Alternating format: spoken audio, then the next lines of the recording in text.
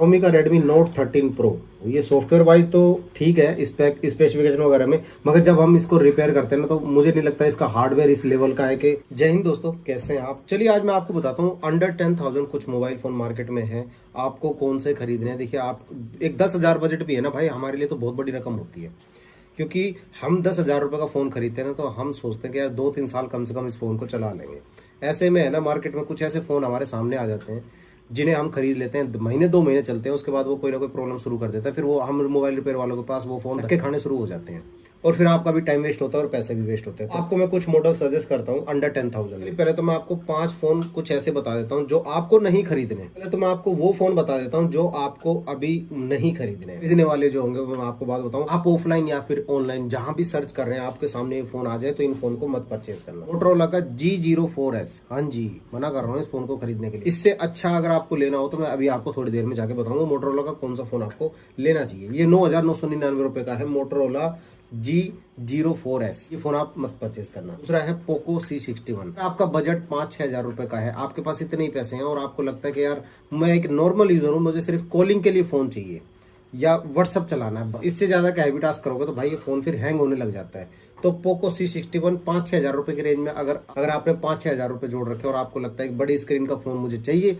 तो आप इस फोन को कंसिडर कर सकते हो। वरना हिसाब से अगर आपका 10,000 बजट है तो इस फोन को मत खरीदना। मैं आपको दूसरा फोन बता दूंगा। तीसरा आपको बताता हूँ Vivo Y18, ये फोन मत लेना भाई। Vivo की ये Y सीरीज मुझे अच्छी नहीं लग रही। पहले सही थी ये Y20 तक, ये Y20 Y21 तक ये सही थी, उसके बाद ये Y सीरीज मुझे अच्छी नहीं लग रही। ये वैसे भी सही नहीं है Vivo Y18, आपको मैंने कई वीडियोस में दिखाया, देखो टूटे फूटे कैसे कंडीशन में मेरे पास ये फोन आते हैं। मतलब जेब में रखे रखे अगर आप बैठने उठने का आपका काम है ना रोज का, आप कोई ऐसा हार्डवर्क करते हैं जिसमें आप जिसमें बैठ के काम करते हैं और जेब में फोन रखा हुआ तो जब उठोगे ना ये फोन टेढ़ा मिलेगा आपको। तो ऐसी प्रॉब्लम इसके साथ आती है। रेडमी का A3 भाई मत लेना, भाई मत लेना, बहुत ऐड आ रही है इसके अंदर और इतना हैंग करेगा कि आपका फेंक के मारने का दिल करेगा इस फोन को। पता नहीं ये फोन इन्होंने रेडमी वालों ने क्यों लॉन्च कर रखा है, पता नहीं रेडमी वाले इस फोन के अंदर जो चीज परेशान कर रही है इस फोन को उसको निकलवाते क्यों नहीं है। पांचवा इसी का भाई है भाई Vivo Y18i, या फिर एक और फोन पकड़ लो Vivo Y18e। ये Vivo Y18 है ना, मतलब कभी E कभी D कभी कुछ ना कुछ लगा देंगे फोन के आगे, आपको एक नया फोन बताने की कोशिश करेंगे, है ये वही चीज। तो इस फोन को आप बिल्कुल परचेज मत करना। तो जो मॉडल बताए हैं इन फोनों को आप बिल्कुल परचेज मत करना। मैं आपको एक नोकिया के बारे में बता देता हूँ। नोकिया के ना अब मैं बात करते हैं नोकिया के फोन के बारे में।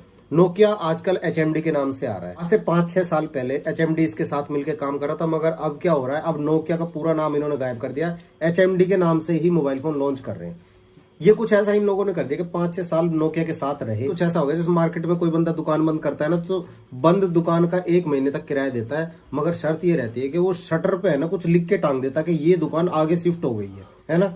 तो इन्होंने 5-6 साल इस तरीके से गुजारे। अब इन्होंने क्या किया, पूरा अपना ही नाम ले लिया भाई कि HMD के नाम से फोन निकालें। भाई फोन तो निकाल दे, सर्विस सेंटर कहाँ है? अगर किसी को फोन के अंदर परेशानी होगी तो वो बंदा जाएगा कहाँ? वो आम मोबाइल रिपेयर वालों के पास ही आएगा, फिर मोबाइल रिपेयर वाले भाई अलग अलग तरीके से मुंह फाड़ेंगे, है ना। तो इस चीज पे भी HMD वालों को ध्यान देना चाहिए। बाकी पब्लिक को जब तक तो ट्रस्ट था, जब तक नोकिया लिख के आता था फोन के अंदर, नोकिया 6.1 आपको ध्यान होगा, 7.1 है ना, ये उस टाइम के ही है जब ये HMD के साथ मिले हुए थे।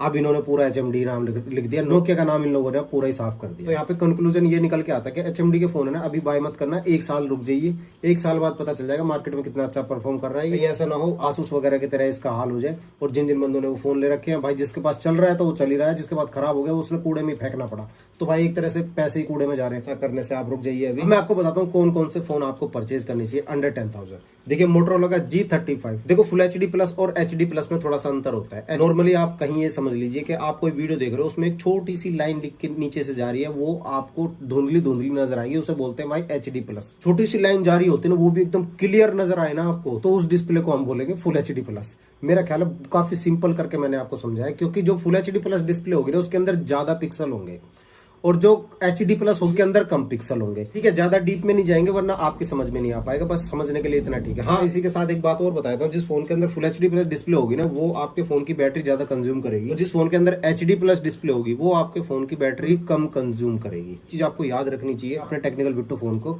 सब्सक्राइब कर रखा है तो ठीक है, अब मैं आपको बताता हूँ अंडर 10,000 कौन कौन से फोन आपको खरीद लेने चाहिए।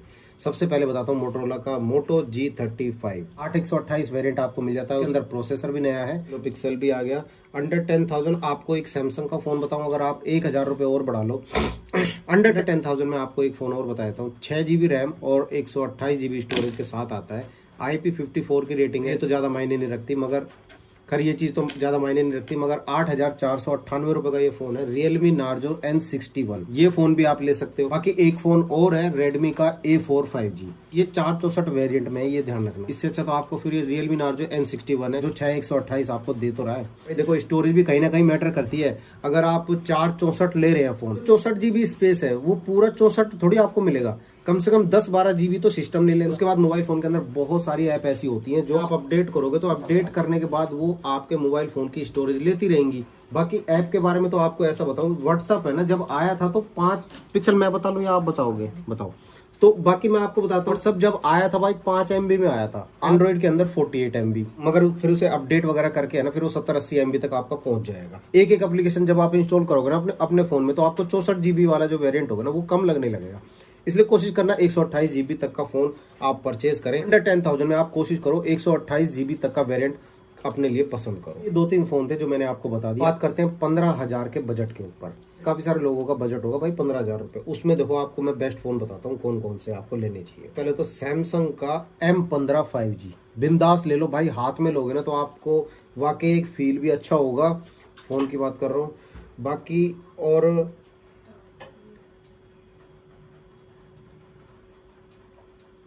दूसरा आप, और ये आपको मिल जाएगा 6/128, ये आपको मिल जाएगा 6/128 वेरिएंट में, और एमोलेड डिस्प्ले इसके अंदर है। 11,999 रुपये का फ़ोन है। सही है, एमोलेड डिस्प्ले अगर आपको मिल रही है तो उसमें भाई साहब क्लियरिटी बड़ी अच्छी आती है, आपको पता ही है। बाकी बताने की आपको ज़रूरत ही नहीं, एमोलेड डिस्प्ले कैसी होती है आपने बहुत सारी वीडियोस उस पर ऑलरेडी देख चुके होंगे। और आपको इसमें 4 साल का OS अपग्रेड मिल जाएगा और 5 साल की सिक्योरिटी अपडेट का ये वादा करते हैं। मगर 5 साल आजकल कौन फ़ोन चला रहा है, मगर इतना तो है कि सैमसंग के फ़ोन है ना चलते काफ़ी अच्छे हैं। अगर आपको लॉन्ग टाइम के लिए कोई मोबाइल फ़ोन चाहिए हो ना, तो मैं तो 2-3 फ़ोन सजेस्ट करता हूँ बस आपको, सैमसंग या फिर आईफोन या फिर मोटरोला। फिर वो अपर बजट में आ जाते हैं 15 से ऊपर में, जो और OnePlus वगैरह अगर मैं बात करूँ तो वो ऊपर आ जाएंगे। अंडर 15,000 अभी बात कर रहा हूँ, सैमसंग M15। दूसरे नंबर पे आप ले सकते हैं रियलमी नार्जो 70X। बिंदास ले लो, कोई दिक्कत नहीं। काफ़ी बंदे मुझसे कमेंट में पूछते हैं रियलमी 70X 5G लेना चाहता हूँ सर, बढ़िया फ़ोन है भाई, बढ़िया फ़ोन है, बिंदास ले सकते हो। 6/128 वेरिएंट में आपको मिलेगा। 120 हर्ट्ज इसमें रिफ्रेश रेट दे रखा है। के अंदर भी मीडियाटेक डायमेंसिटी 6100 आराम से मिल जाता है। 6nm पे बेस्ड होता है इसका जो प्रोसेसर होता है। बाकी एक फोन और चल रहा है iQOO Z9 Lite, ये फोन आप कंसीडर कर सकते हो अगर आपका 12,000 रुपए का बजट है। बाकी एक फोन और आपको बताता हूँ, iQOO Z9 Lite, ये लाइट जो वर्जन होता है ना, इसको ना ही लो तो ज्यादा अच्छा है। लाइट का मतलब ये होता है कि उससे मतलब थोड़ी कम जान होगी उसके अंदर। बाकी अंडर 15,000 में Redmi 13 5G देखने को मिलता है। ये फोन मत लेना भाई, मेरे पास काफी आते हैं फोन रिपेयर होने के लिए, बहुत प्रॉब्लम आ रही है इन मोबाइल फोन के अंदर, मत खरीदना इन मोबाइल फोन। 13,978 का, इससे अच्छा तो मैं कहूँ सैमसंग का ले लो। और Redmi 13C एक और मोबाइल फोन है, ये भी ऐसा है कि बिल्कुल टेढ़ा हो जाता है भाई थोड़े ही दिनों में।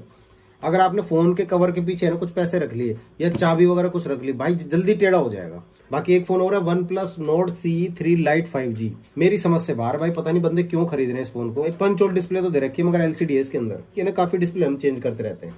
मैंने आपके लिए एक वीडियो बना भी रखी है इसकी, OnePlus Nord 3 डिस्प्ले कैसे चेंज होती है इसकी। अरे चैनल को सब्सक्राइब तो करो, तुम्हारे भाई ने सारी वीडियो बना रखी है।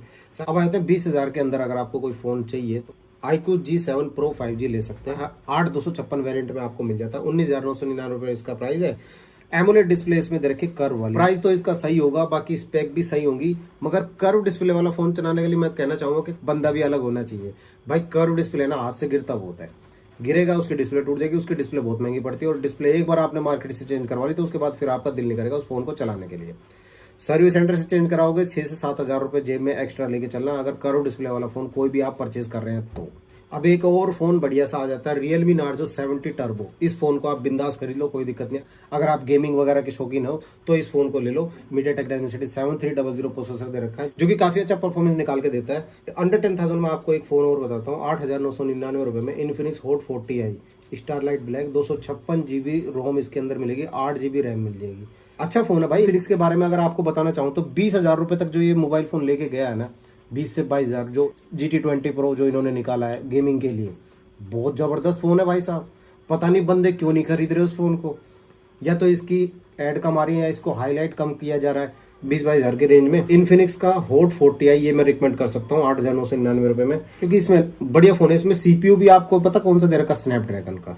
कुछ फोन ऐसे होते हैं जो मार्केट में रखे होते हैं, मगर उनके होते हुए हम खराब मोबाइल फोन खरीद लेते हैं।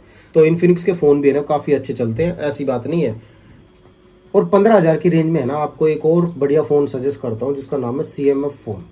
भाई बढ़िया फ़ोन है। देखो मैं आपको बताऊँ, ये फ़ोन ज़्यादातर कौन बंदे रखते हैं मेरे पास जो रिपेयर कराने के लिए आते हैं, जैसे डिलीवरी बॉय हो गए, इनके पास है ना ज़्यादातर इस वक्त यही फ़ोन चल रहे हैं। उन्होंने इस बात की छानबीन करके ये फ़ोन लिया कि इसमें ऐड नहीं आती, क्योंकि ऐड से काफ़ी परेशानी होती है उनको। तो ऐड से आपको बचाव मिल जाएगा इस फ़ोन में, क्लीन UI मिल जाता है इसमें आपको। बाकी इसमें आपको ज़्यादा ब्लॉटवेयर भर भर के नहीं मिलता और काफ़ी अच्छा एक्सपीरियंस होता है। फ़ोन चलाने में भी आपको बहुत मज़ा आने वाला है। 628 वेरिएंट में आपको मिल जाता है। बाकी स्टूडेंट भी काफ़ी यूज़ करते हैं इस मोबाइल फ़ोन को। CMF फ़ोन आप बिंदास ले लो भाई, बढ़िया फ़ोन है, ज़बरदस्त है। ठीक है जी, अब बढ़ते हैं 20,000 रुपये की रेंज में आपको कौन से फ़ोन नहीं लेने चाहिए। सबसे पहले तो मैं यही बता देता हूँ, इन्फिनिक्स नोट 40 स्किप कर दीजिए इसको अभी के टाइम पे, और रियलमी नार्जो 70 प्रो ले सकते हो आप। iQOO Z9 ये आप ले सकते हो, 18,499 रुपये की रेंज में है। मीडियाटेक का प्रोसेसर होता है इसके अंदर, डायमेंसिटी 7200 ले सकते हो। Xiaomi का Redmi Note 13 Pro, ये सॉफ्टवेयर वाइज तो ठीक है स्पेसिफिकेशन वगैरह में, मगर जब हम इसको रिपेयर करते हैं ना तो मुझे नहीं लगता इसका हार्डवेयर इस लेवल का है कि इसे मैं रिकमेंड करूँ। तो बस रेडमी वालों को ये बोलना चाहूँगा, भाई अपने हार्डवेयर थोड़े से ठीक कर लो। मोबाइल फ़ोन गिरता पड़ता तो हमारे हाथ से रहता ही है, ऐसे में आपके सर्विस सेंटर पहुँचते तो कोई सुनवाई होती नहीं। तो इस चीज़ का थोड़ा ध्यान रखो भाई, अपने हार्डवेयर को थोड़ा सा ठीक कर लो। अब बात करते हैं पोको X6, जो स्पेसिफिकेशन आपको Xiaomi Redmi Note 13 Pro में आपको देखने को मिलती है, वैसी वाली स्पेसिफिकेशन आपको पोको X6 5G में मिल जाएगी। बाकी यहाँ पे पसंद की बात करें तो कुछ लोगों को X6 ज़्यादा पसंद आ रहा है, कुछ लोगों को Redmi का Note 13 Pro पसंद आ रहा है।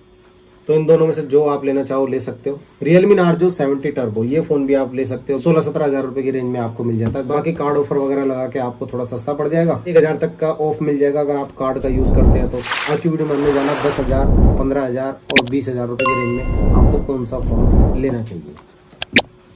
देखिए मैं आपको पिक्सल दिखा देता हूँ, मैं पिक्सल को दिखाता हूँ। पिक्सल क्या करता है, ये पिक्सल ऐसे परेशान करता है।